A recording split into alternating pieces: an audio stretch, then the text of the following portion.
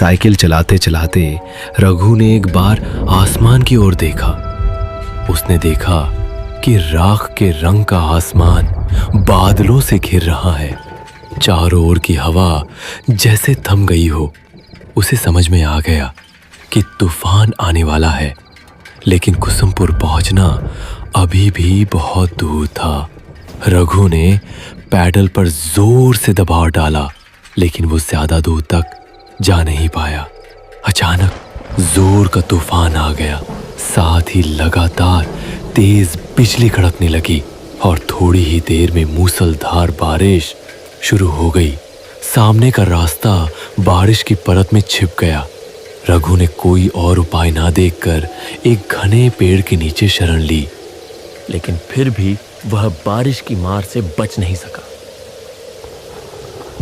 हे भगवान, इस तूफान को रोको, मेरी रक्षा करो। शायद भगवान ने उसकी प्रार्थना सुन ली। थोड़ी ही देर में तूफान और बारिश थम गई, लेकिन सड़क की जो हालत थी उसमें अब साइकिल चलाकर आगे बढ़ना संभव नहीं था। मजबूरी में रघु साइकिल को घसीटते हुए आगे बढ़ने लगा, लेकिन थोड़ी दूर जाकर उसे समझ में आया कि वह रास्ता भटक गया है।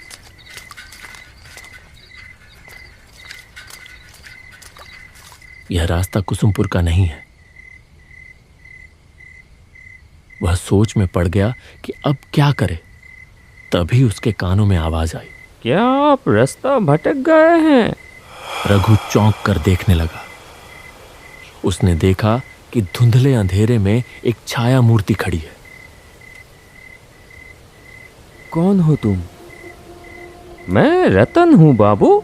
लगता है आप रास्ता भटक गए हैं। मेरा मतलब है मुझे कुसुमपुर जाना है, लेकिन नहीं जा पाएंगे। कुसुमपुर जाने वाला रास्ता बंद है। रास्ते में पेड़ गिर गया है। रघु मुसीबत में पड़ गया। वह पागलों की तरह सामने अंधेरे में डूबी सड़क की ओर देखने लगा। यहीं पास में मेरी चाय की दुकान है, चलिए, फिर से बारिश शुरू हो जाएगी।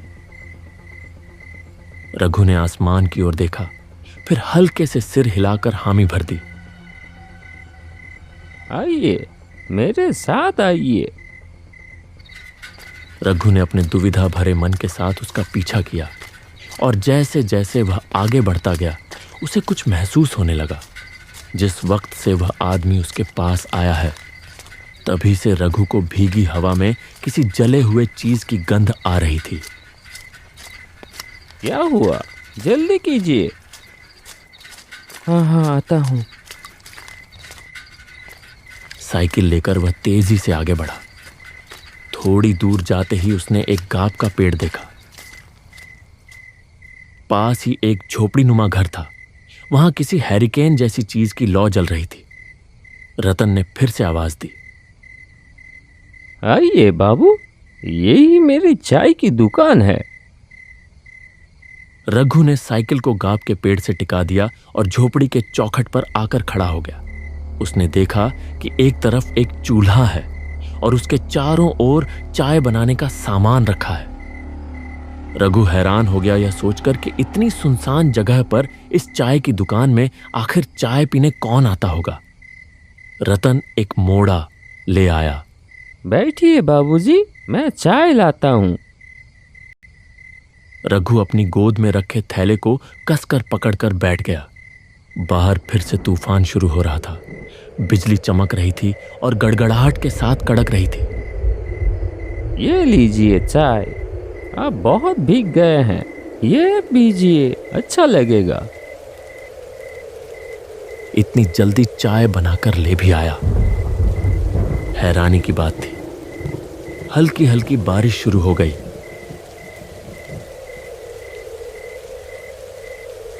रघु चाय की चुस्की लेते लेते पूछ ही बैठा,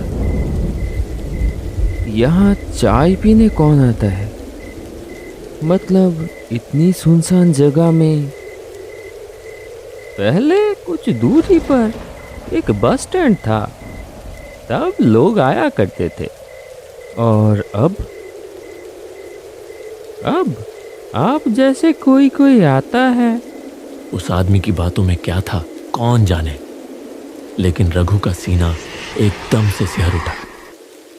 उसने कुछ असहजता के साथ चाय की एक चुस्की ली।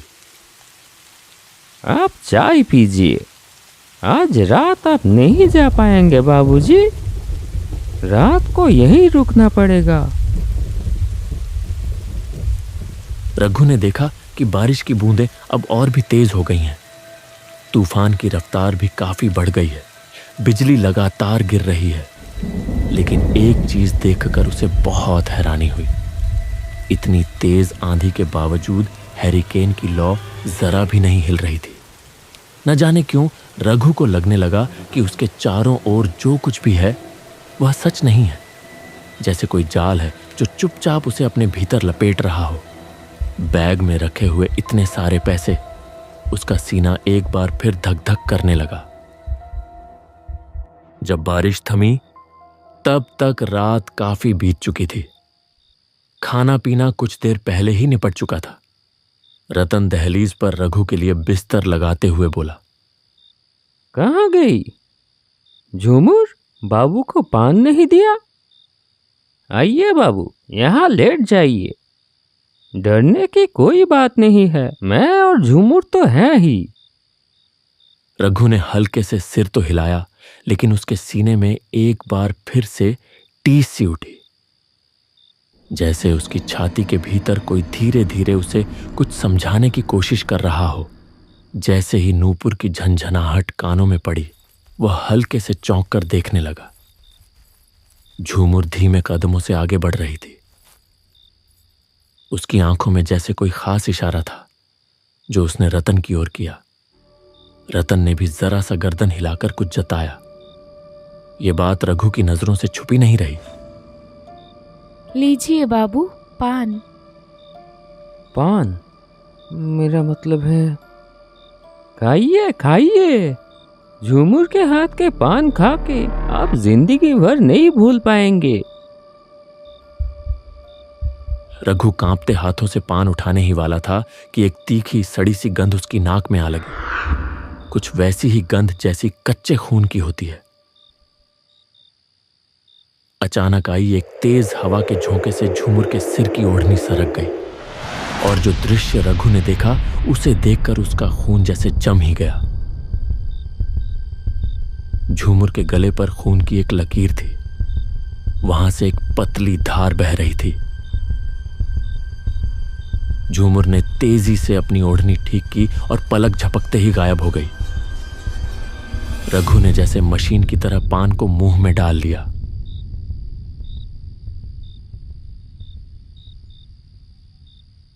रतन हैरिकेन की लौ धीमी कर कमरे के अंदर चला गया। रघु एक अजीब सी घबराहट और बेचैनी लेकर लेट गया। रात गहरी और शांत थी। केवल झिंगुरों की आवाज उस सन्नाटे को तोड़ रही थी। पास के किसी झाड़ी से एक भूखा सियार चीख उठा। फड़फड़ाते पंखों की आवाज के साथ एक काला उल्लू आकर गाब के पेड़ पर बैठा और अपनी डरावनी आवाज में बोल उठा।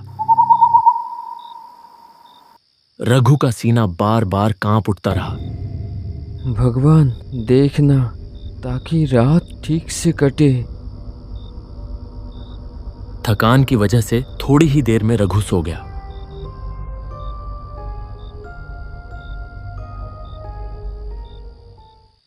अचानक एक डरावनी चीख चारों ओर गूंज उठी।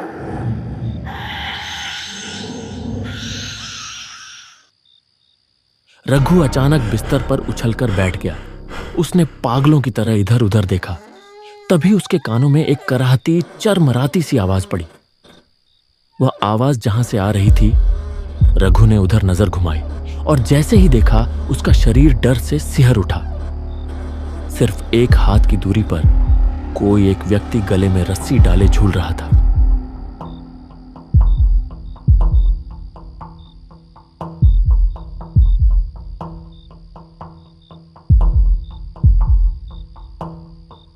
क्या हुआ बाबूजी?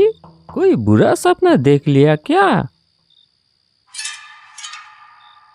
रघु ने देखा कि झोपड़ी के सामने जो आंगन जैसी जगह है, वहां एक लगभग टूटे झुके बांस के मचान पर रतन बैठा है। उसने एक बार फिर धीरे से गर्दन घुमाकर उस ओर देखा, जहां कुछ देर पहले कोई गले में रस्सी डालकर झूल रहा था। लेकिन यह क्या, वहां अब कुछ भी नहीं था। क्या ढूंढ रहे हैं बाबूजी? कुछ नहीं है, वो सब बुरा सपना है। तुम इतनी रात को बाहर क्यों हो? बहुत गर्मी है, इसलिए बाहर की हवा लेने आया हूँ। आप भी आइए ना। रघु समझ गया कि उसका शरीर पसीने से तरबतर हो चुका है, इसलिए वह बिस्तर छोड़कर मचान की ओर बढ़ गया। भीतर दबा एक अजीब सा असहज भाव लिए वह रतन के पास जाकर बैठ गया। तभी कहीं पास से एक निशाचर पक्षी तीखी आवाज में चिल्ला उठा। उस एक चीख ने पल भर के लिए फैली खामोशी को चकनाचूर कर दिया। इतनी गर्मी है, अब नींद आएगी ही नहीं। ऊपर से सपने में आप क्या कुछ देख रहे हैं। इससे अच्छा मैं आपको एक कहानी सुनाता हूँ। 3 साल पहले की बात है। ऐसा ही एक चाय और नाश्ते का दुकान था उसका। सब कुछ ठीक ही चल रहा था, लेकिन इंसान अकेले कब तक रह सकता है। इसलिए उसने शादी कर ली किसी दूसरी गांव की एक लड़की से। उस लड़की को एक नज़र देखते ही नज़र ठहर जाती थी।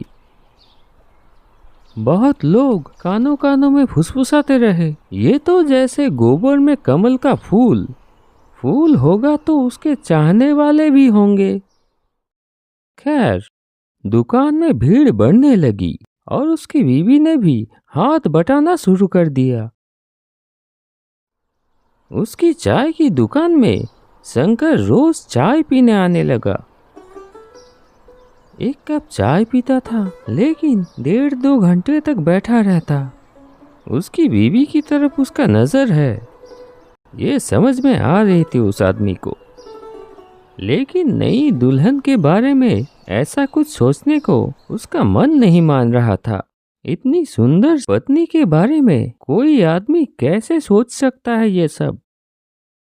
वो आदमी भी नहीं सोच सका। ऐसे ही दिन कट रहे थे। एक दिन दोपहर के बाद वो बाजार जाने के लिए निकला। मैं चलता हूँ, आखिरी बस में लौटूंगा। शाम को दुकान खोलने की जरूरत नहीं है। अच्छा ठीक है, अच्छे से जाना।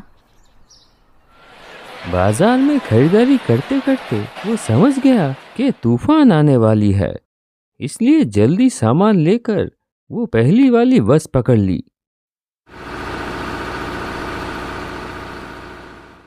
जब बस ने उसे मोड़ पर उतारा, आसमान काला हो चुका था। एक बार आसमान की तरफ देखा और तेजी से घर की तरफ चल दिया। लगता है बारिश होने वाली है। बीवी अकेली है, अकेले डर जाएगी। लेकिन तब तक उसने सोचा भी नहीं था कि थोड़ी देर में क्या होने वाला है। आंगन में आते ही घर के अंदर से एक दबा दबा हंसी की आवाज आने लगी।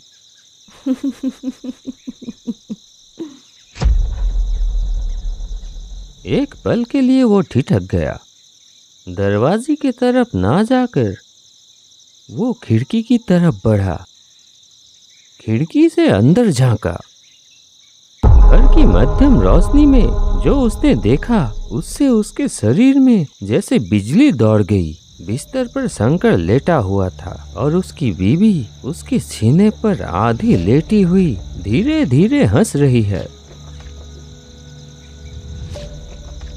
हाथ से बैग गिर गया।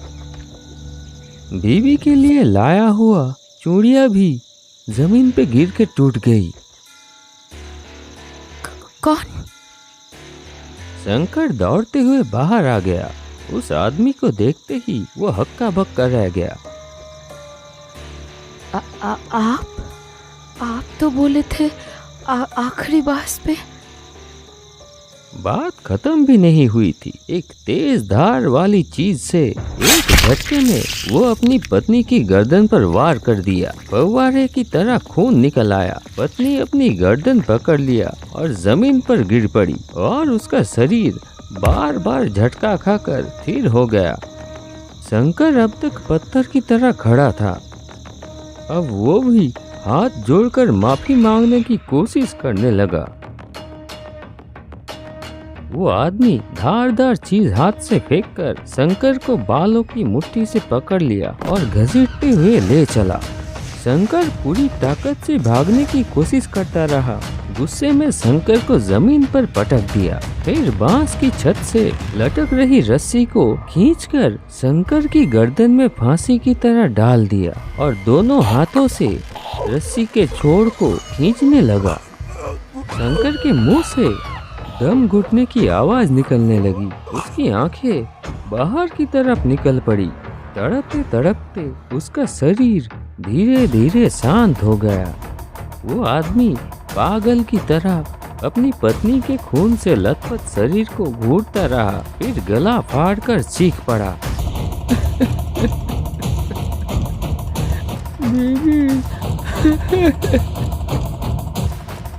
ऐसा क्यों किया तुमने? क्यों किया? आदमी थोड़ी देर बाद उठा, घर के अंदर गया, जलती हुई लालटेन लाकर फेंक दिया बीवी के शरीर के ऊपर। उसने दांत भींच ली, आंखों से आंसू फूट पड़े।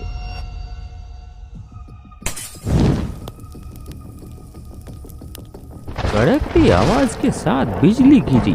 तेज आंधी ने आग को पूरे झोपड़े में फैला दिया। धधकती आग में वो आदमी भी जलने लगा, एक भयानक मृत्यु चीख के साथ।